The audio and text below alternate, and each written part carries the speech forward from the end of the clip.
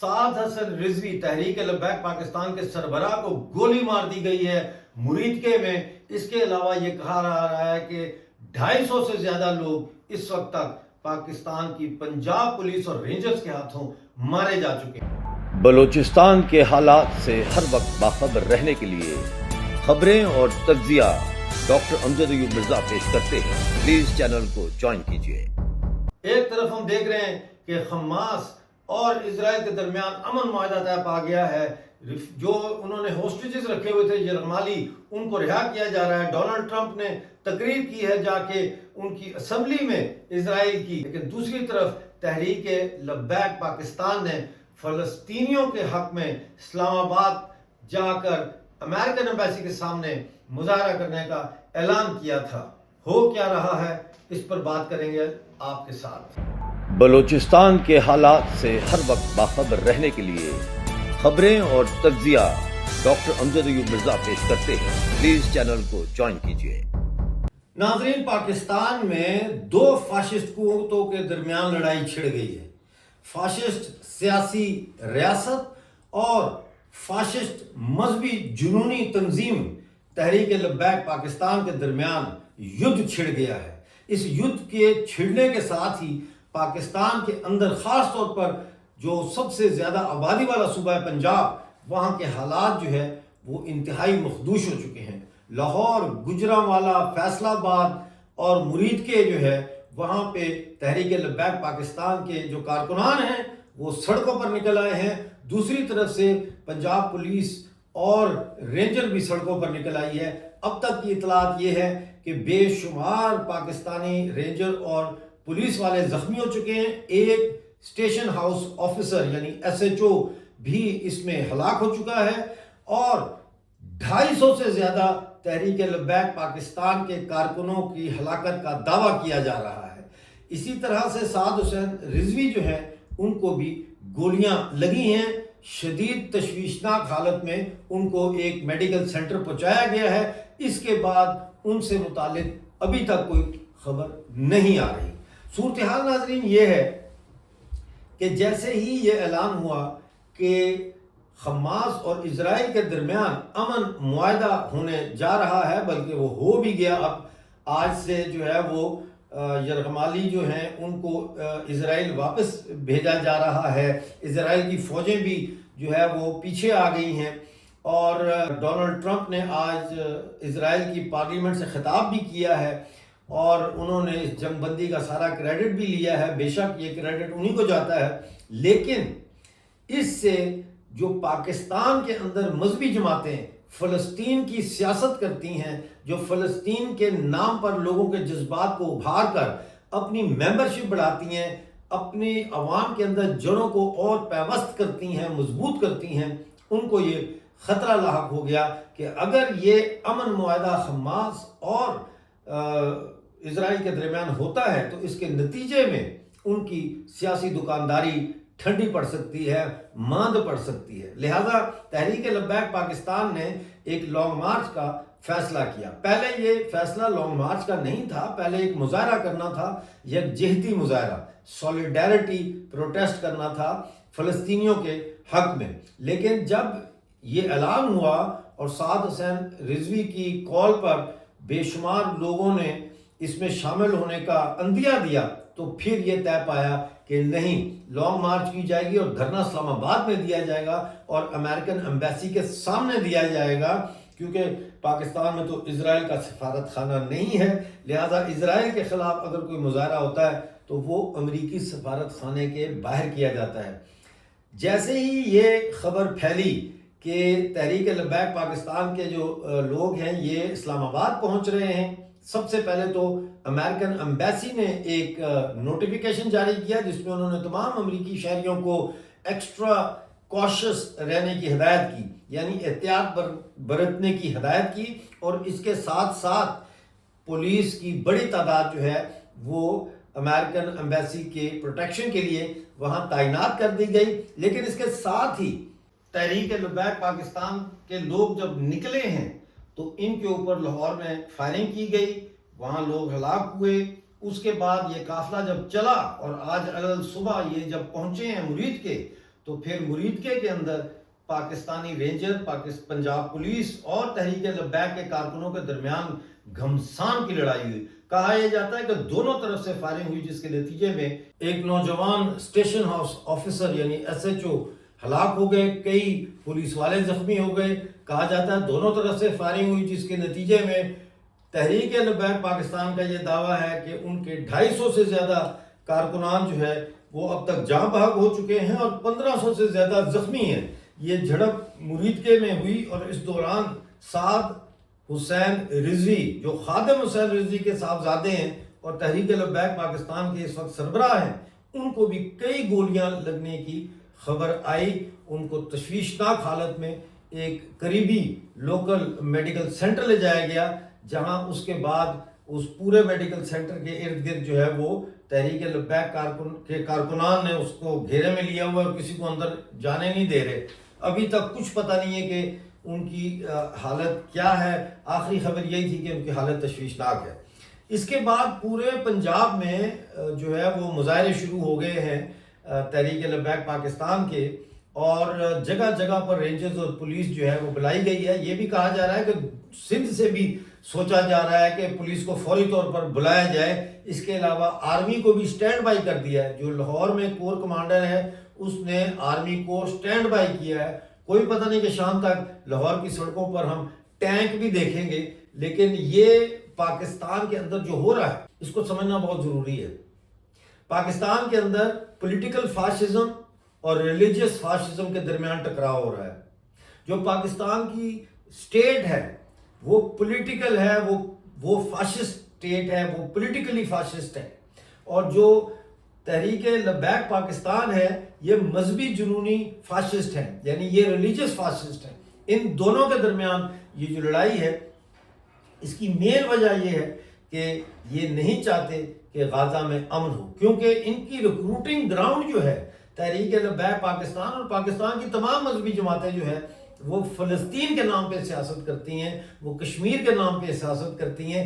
یہی وجہ ہے کہ اگر کشمیر میں امن ہوگا تو ان کی سیاست کی دکان بند ہو جائے گی، اگر فلسطین میں امن ہوگا، غزہ کی جنگ بند ہوگی تو بھی ان کی سیاسی دکانداری جو ہے وہ بند ہو جائے گی، کیونکہ یہ عوام کے مذہبی جذبات کو اسی دو مدوں پر ابھار کے اپنی سیاسی طاقت کو بڑھاتے ہیں۔ اور اس کا ایک اندازہ آپ کو میں بتاؤں، اس بات سے آپ لگا سکتے ہیں کہ لاسٹ جو الیکشن ہوئے تھے پاکستان میں، اس میں تحریک لبیک پاکستان نے 30 لاکھ کے قریب ووٹ لیا اور چوتھی بڑی سیاسی پارٹی جو ہے یہ بنی، مذہبی سیاسی پارٹی کے طور پر یہ ابھری ہے پاکستان کے اندر۔ کس نے بنایا تحریک لبیک پاکستان کو؟ پاکستان کی فوج نے بنایا، ڈیپ سٹیٹ نے بنایا، اپنے سول گورنمنٹس کو بلیک میل کرنے کے لیے، چاہے وہ نواز شریف کی ہو، حقان عباسی کی گورنمنٹ ہو، عمران خان کی گورنمنٹ ہو، ان کو بلیک میل کرنے کے لیے۔ لیکن تحریک لبیک پاکستان جو ہے وہ اپنے پر پرزے نکال کے وہ اب ریاست کے کنٹرول سے باہر نکلنے کے لیے انگڑائیاں لے رہی ہے۔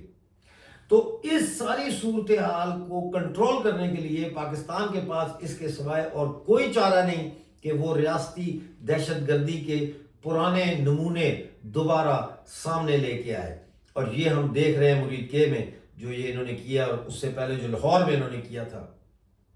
لہذا اب یہ کچرا کچرے سے لڑ رہا ہے، فاشزم سے لڑ رہا ہے۔ یہ ان کے اندر ایک ڈائنامکس پیدا ہوا ہے پاکستان کے اندر، جس میں مذہبی جنونی طاقتیں آپس میں بھی لڑ رہی ہیں اور ریاست کے ساتھ بھی ٹکرا رہی ہیں۔ لہذا اس ساری صورتحال میں ہم جب دیکھتے ہیں تو ہمیں سمجھ آنا چاہیے یہ چیز کہ پاکستان کے اندر کوئی پروگریسو، کوئی ترقی پسند تحریک، نہ ڈیموکریٹک تحریک، نہ ایکسٹریم لیفٹ کی تحریک، نہ سافٹ لیفٹ کی تحریک، کوئی ایسی تحریک نہیں ہے جو اب ان کو پیچھے کر کے جگہ بنا سکے اپنے لیے۔ لہذا پاکستان کے اندر یہ فاشزم جو ہے اور بے حیائی، ایک طرف فاشزم چل رہا ہے اور ایک طرف مڈل کلاس کی بورژوا بے حیائی جس کو یہ کہتے ہیں، ایک طرف وہ چل رہا ہے۔ اس کے بیچ میں کوئی مڈل گراؤنڈ اب نہیں بچی، پولیٹیکل مڈل گراؤنڈ یا religious middle ground. Tehreek Labbaik Pakistan کی چوتھی بڑی سیاسی جماعت ہے، مذہبی فاشسٹ سیاسی جماعت۔ اس کے پیچھے ہے مولانا فضل الرحمان کی جو JUI ہے وہ اس کے پیچھے ہے، وہ 5ویں نمبر پہ ہے۔ اب پاکستان کو آگ لگی ہوئی ہے کہ افغانستان اور انڈیا کے تعلقات بہتر ہو گئے ہیں۔ میں بار بار کہہ رہا ہوں کہ پاکستان وہ ملک ہے جس نے افغانستان کو کھنڈر میں تبدیل کر دیا ہے، پاکستان وہ ملک ہے جس نے افغانستان کو برباد کر دیا ہے۔ تو آج بھی پاکستان افغانستان کے اندر کوئی ترقیاتی کام ہوتے ہوئے نہیں دیکھ سکتا، کیونکہ ایک کھنڈر افغانستان چاہیے ان کو، ایک ایسا افغانستان چاہیے جو ان کی انگلیوں کے اشاروں پر ناچے۔ لیکن جب طالبان اقتدار میں آئے 2021 میں، تو وہ یہ جانتے تھے کہ پاکستان وہ ملک ہے، پاکستان کے فوجی جرنیل وہ لوگ ہیں جنہوں نے طالبان کے کئی لیڈروں کو ڈالر کمانے کے چکر میں مشرف دور میں گوانٹانامو میں بے پہنچایا، امریکیوں کے حوالے ان کو کر کے۔ تو وہ اعتبار نہیں کرتے پاکستان آرمی پہ، انہوں نے سوورینٹی کا اعلان کیا، اور طالبان کسی دوسرے ملک کے اندر کوئی مذہبی مداخلت بھی نہیں کرتے۔ وہ صاف انہوں نے کہا تھا جب وہ اقتدار میں ہے کہ ہم نے اپنا مقصد حاصل کر لیا ہے، ہم نے نمبر 1 افغانستان سے جو ہے یہ غیر ملکی فوجوں کو نکال دیا ہے، اور دوسرا انہوں نے کہا کہ ہم جو نظام چاہتے تھے اسلامی نظام، وہ سیاسی اسلامی نظام ہم نے نافذ کر دیا ہے۔ اب وہ اسلامی نظام کیسا ہے اسے آپ اتفاق کریں اختلاف کریں، وہ ایک علیحدہ ٹوٹلی علیحدہ ڈسکشن ہے۔ بات ہے افغانستان کی سوورینٹی کی۔ تو پاکستان نے جب دیکھا کہ یہ طالبان تو ہمارے کنٹرول میں نہیں آ رہے، تو پھر انہوں نے ان کے اوپر الزام لگا کے، اور ڈیوریڈ لائن جو ایک متنازع ہے 2600 کلومیٹر کی جو سرحد ہے، اس کے اوپر پاکستان نے جب فینسنگ کی تو انہوں نے وہ فینسنگ اکھاڑ کے پھینکنا شروع کر دی، کیونکہ یہ فیصلے تو باؤنڈری کمیشن بنتے ہیں 2 کنٹریز کے، جو بیٹھ کے طے کرتے ہیں کہ باؤنڈری کہاں پہ ہوگی، اور یہ تو باؤنڈری ہے کہ پاکستان افغانستان کی کوئی باؤنڈری نہیں ہے۔ 1893 میں جو معاہدہ ہوا تھا 100 سال کا، وہ 1993 میں ختم ہو گیا، اس کے بعد کوئی معاہدہ نہیں ہوا پاکستان اور افغانستان کا۔ تو افغانستان کے اندر ڈیولپمنٹ پروجیکٹس بنائے ہیں انڈیا نے، افغانستان کی پارلیمنٹ بڑی خوبصورت پارلیمنٹ بنا کے دی ہے، اور اس کو بالکل اسلامک آرکیٹیکچر کے ساتھ خیال رکھ کے انہوں نے یہ پارلیمنٹ بنا کے دی ہے۔ آپ کو یاد ہوگا مودی جی گئے تھے اس کے افتتاح کے لیے بھی۔ اس کے علاوہ کابل میں جو بجلی جلتی ہے، 24 گھنٹے چلتی ہے بجلی وداؤٹ لوڈ شیڈنگ، وہ بجلی بھی اس ڈیم سے آتی ہے جو ڈیم انڈیا نے ان کو بنا کے دی ہے۔ اور صرف یہ ڈیم نہیں ہے، فرینڈشپ ڈیم ہے، اور بے شمار ڈیم انہوں نے وہاں پہ بنائے ہیں، بے شمار ڈیولپمنٹ کے پروجیکٹس کیے ہیں انہوں نے، ہیومینیٹیرین ایڈ بھیجی ہے، خوراک بھیجی ہے، دوائیاں بھیجی ہیں، سرجیکل انسٹرومنٹ بھیجے ہیں، سمجھے کہ نہیں؟ اور اس لیے طالبان نے اب انڈیا کا رخ کیا ہے کہ وہ سمجھتے ہیں کہ انڈیا آلریڈی افغانستان کے اندر چونکہ ڈیولپمنٹ پروجیکٹس کر رہا ہے، تو انڈیا کے ساتھ ٹریڈ پر بھی بات کی جائے۔ آپ کو پتہ ہے انڈیا اور افغانستان کی ٹریڈ پچھلے سال $1 بلین کی ٹریڈ تھی، ٹریڈ والیوم، تو وہ چاہتے ہیں اس کو بڑھایا جائے، اور اس حوالے سے اب انڈیا جو ہے وہ افغانستان میں بہت سارے جو ہیلتھ کے حوالے سے پروجیکٹس ہیں ان کو بھی شروع کرنے جا رہا ہے۔ بے شمار ہاسپٹلز بنیں گے، جو بنے ہوئے ہیں ان کو اپ گریڈ کیا جائے گا، CT scan machines, MRI machines, you name it, and India is going to give it to the Taliban. فائدہ کس کو ہوگا؟ افغانستان کے عوام کو ہوگا۔ یہ فرق ہے پاکستان اور انڈیا میں۔ اور پاکستان جو ہے جلد بن گیا، اور انہوں نے کابل پہ حملہ کر دیا، اور پھر انہوں نے پکتیا اور دوسرے صوبوں پہ بھی حملہ کر دیا، جس کا پھر جواب دیا 11 اور 12 کی رات کو، اکتوبر کی رات کو افغانستان نے مار مار کے ان کا برکس نکال دیا۔ 20 چیک پوسٹوں پہ طالبان نے قبضہ کر لیا۔ کہا جا رہا ہے کہ 150 کے قریب پاکستانی فوجی مارے ہیں، اور اتنی ہی تعداد میں گرفتار بھی کیے ہیں۔ تو بہرحال یہ اس وقت پاکستان کے بارڈرز پر بھی جو ہے وہ سرکشت نہیں ہے، اور پاکستان کا کوئی دوست نہیں ہے۔ سعودی عربیہ کے ساتھ انہوں نے ڈیفنس پیکٹ کیا تھا، کدھر گیا وہ defence packet?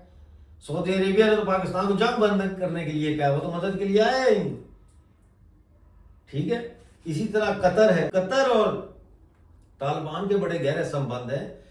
The only country that had an office for Taliban was Doha, قطر۔ مذاکرات کرا کے امریکی فوجوں کو وہاں سے نکالنے میں قطر کا بہت بڑا رول ہے۔ تو وہ بالکل پسند نہیں ان کو آیا کہ پاکستان نے ایسے حملہ کیا. آج مجھ سے ایک انٹرویو میں پوچھا اینکر نے, ٹی وی اینکر نے, کہ ڈاکٹر صاحب آپ کا کیا خیال ہے کون سے اسلامی ملک پاکستان کے ساتھ کھڑے ہیں؟ تو میں نے کہا کہ آپ مذاق کر رہے ہیں میرے ساتھ, پاکستان کے ساتھ تو خود پاکستان کے لوگ نہیں کھڑے, تو اسلامی ملک کہاں سے کھڑے ہوں گے؟